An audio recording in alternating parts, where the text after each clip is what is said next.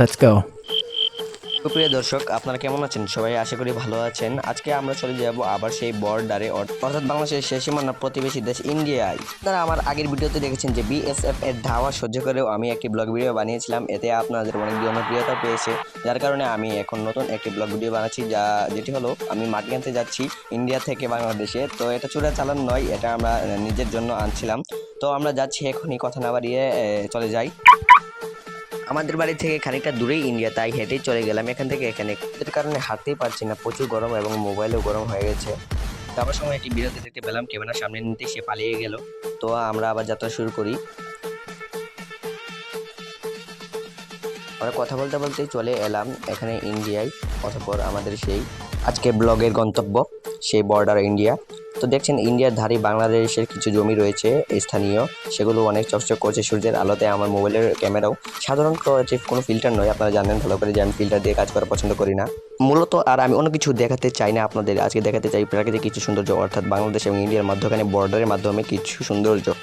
আমি ক্যামেরার সামনে আসতে চাইছিলাম না, তখন যে বাতাসটা এলো আমার মনটা জুড়িয়ে গেল, তাই আমি আসতে চাইলাম। আমাদের গরুটা এখান থেকে সরিয়ে নিলাম, সরিয়ে একটু লাড়িয়ে দিলাম যেন গরুটা ভালো করে ঘাস খেতে পারে। তো আমাদের মূল উদ্দেশ্য মাটি নেওয়া, তো মাটি নেওয়ার জন্য চলে এলাম। তারা মাটি নিচ্ছেই, দেখছেন এখানে দল বেঁধে সবাই চলে এসেছে আমাদের গ্রামে। তো আমরা এখন প্রাকৃতিক সৌন্দর্য দেখা শুরু করব, অর্থাৎ উপভোগ করব। তো প্রথমে এই বিখ্যাত সেই নদী, অর্থাৎ এই নদীর নাম নেই, আমরা এটাকে ছড়া বলে থাকি।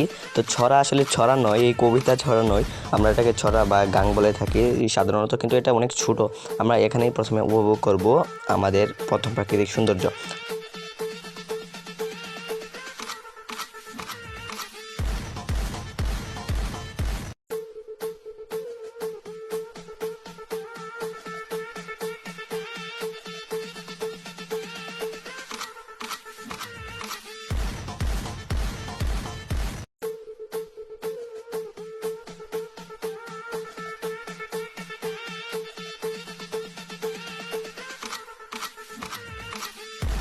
হঠাৎ আপনারা রাজহাঁস নামে যেটা চিনে থাকেন, তো ওটা আসতে লাগলো আমার সামনে থেকে, কোথা থেকে জানি। তো আমি যখন ক্যামেরাটা তার সামনে ধরলাম, দেখুন কি তাদের মুড। আপনাদের কেমন লাগলো? তো আমরা এখন চলে যাব মাটি যেখানে ভরছে তারা সেখানে। চলুন তাহলে যাওয়া যাক। তো আপনারা জানেন সবাই যে মুখ এলাও না, তো আমার মুখটা শুধু দেখাচ্ছি, এখানে যারা রয়েছে তাদের মুখ দেখানো এলাও নয়, তাই আমি মুখটি দেখাতে পারবো না, সরি।